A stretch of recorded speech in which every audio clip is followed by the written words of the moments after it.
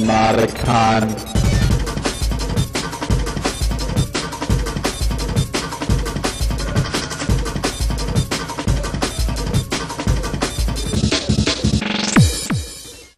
I do tend to mumble, so if you can't hear me, don't hesitate to say, speak up.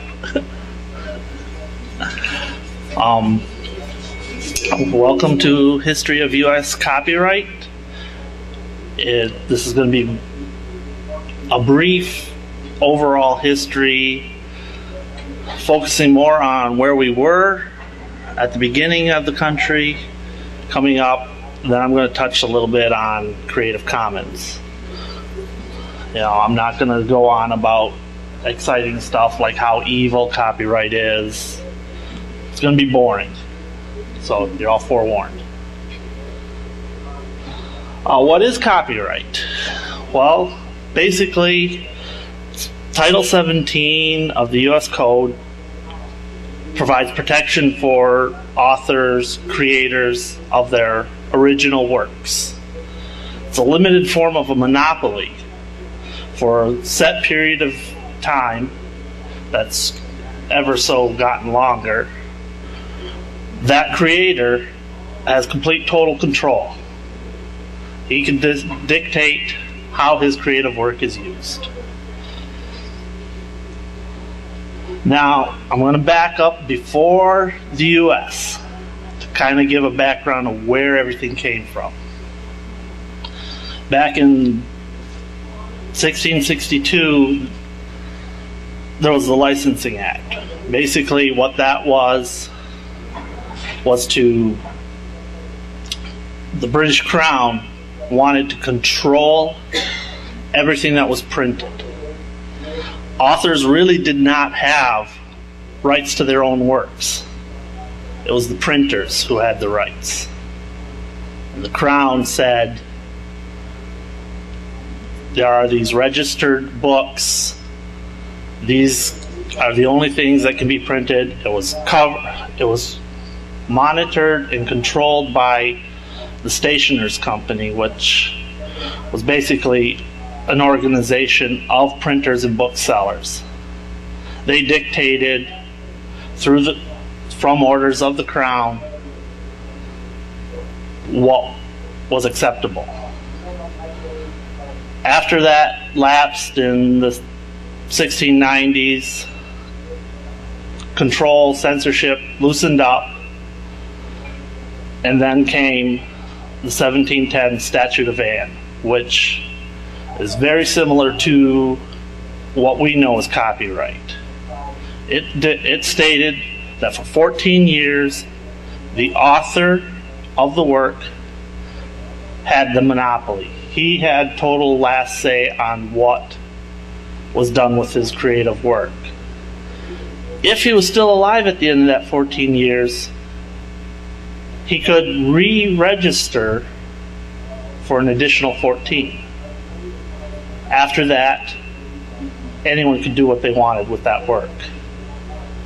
Now, it wasn't really much of a copyright as we know today, because if the author wanted to see financial gain from his work, he still had to go to these printers and booksellers who have always been used to having the last say on what was done with it. So really their control was no more than just on paper and make them feel good. Then comes, of course, the founding of the country. When the U.S. Constitution was written, they decided they're going to put in they're going to put in the provision that says Congress gets to dictate copyright law. Also, in the same single sentence, they set up for patent law, which in the beginning of the country, they were one and the same, basically. Then, at 1790, comes the Copyright Act, which is the very first U.S. copyright law. They built it off in the Statute of Anne from England, which is what they knew. Had the 14 years of registered protection, then the additional 14-year extension, and it is the first time where a public domain is actually defined. As in, if the author is dead at the first 14 years, it's public domain. Anyone can do what they want. If it's registered for the additional 14 at that end, that's it. There's nothing else that they can do. It becomes the public's. Then for a while, things are fine. 1831 is the first general revision. What happens is Congress decides to extend the primary term to 28 years because it brings it more in line with what was happening in Europe. Plus everything that was already under copyright that has not expired automatically gets that 28 years plus the possibility of 14-year extension. Also believe at this time they allowed it that the family, like the widow or widower and children of the author, could get that 14-year extension and still profit from the creative work. 1870 was the second general revision, where prior to 1870, administration of copyright law, so if you were to register your copyright, was done in the local district courts. They moved it from that to the Library of Congress. Side effect of that, we saw copyright registration skyrocket. So by 1897, they actually had to appoint a register of copyrights, which then later becomes the Copyright Office.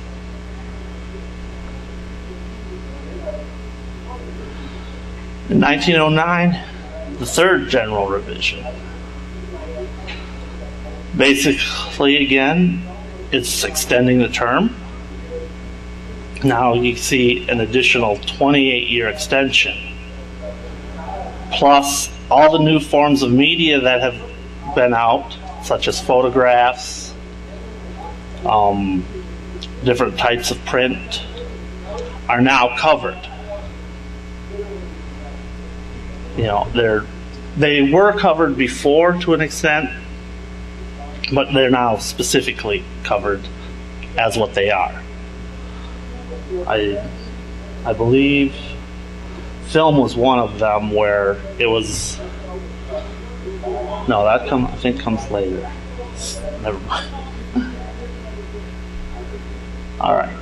Now here, 1976. Now, depending who you talk to, it's either the fourth general revision of U.S. copyright law, or it is a total replacement of copyright law. A lot of things have changed. They address a lot of the new technological advances, such as motion pictures, which were always covered as photographs.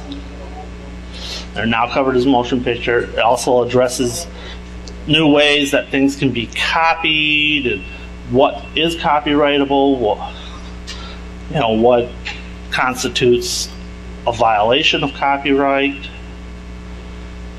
Like I said, who you talk to, it's either a totally new replacement or just a revision, but it does eliminate everything that was before is now replaced by the 1976 Copyright Act. Protection jumps from 28 years plus a 28-year extension to the life of the author plus 50 years after he dies. Plus, also, fair use is finally defined in copyright law. Prior to this, there was fair use, but anytime it was tested, you took your chances with the courts.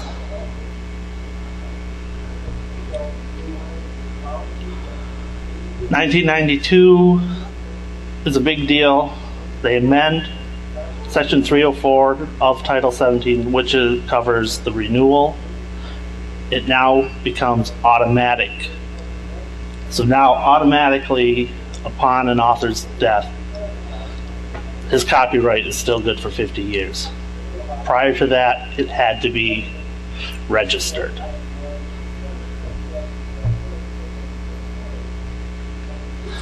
Now, 1998 is, I'm sure a lot of people are familiar with, known as the Sonny Bono Copyright Term Extension Act. I guess Sonny was tired of screwing up Cher's life. He thought he'd get his hands in screwing up everyone else's. Protection jumps to 70 years after death.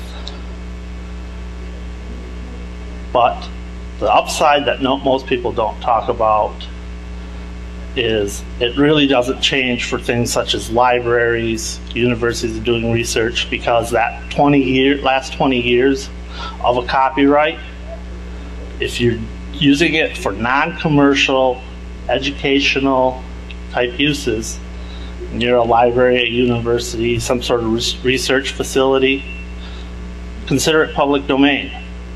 Do what you will. But it has to be non-commercial.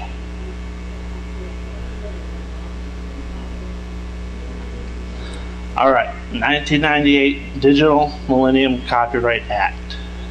Not going to talk a whole lot about this because everybody probably knows more than I do.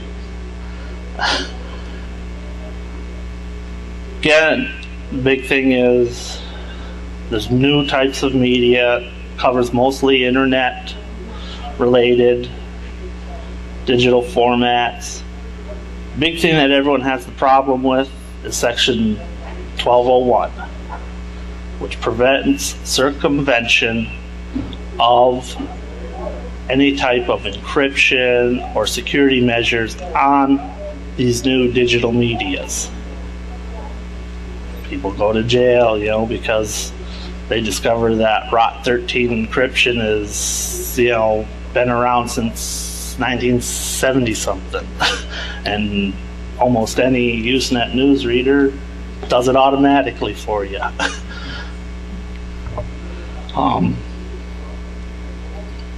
Now this brings me pretty much to my real point of this.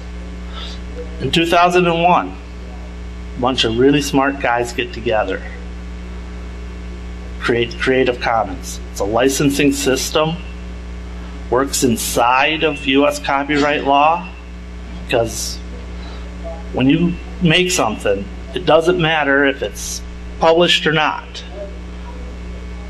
You draw a funny picture on a cocktail napkin, that's copyrighted. You can dictate how that's used till the day you die, and then your children can use it for another 70 years. Well, maybe you want people to use that cocktail napkin picture, but you want to still be known as the creator of it. Well, with Creative Commons, you can set up a license that says, freely use this as long as you attribute it to me as my creation. You can do that under normal copyright law in a sense by having a bunch of lawyers draft up all kinds of contracts and stuff, but somebody has to come and bother you. Creative Commons, you do it, you set it free to the world. No one has to take the time and effort to get a hold of you and ask your permission if they follow your guidelines that you set forth in your Creative Commons license.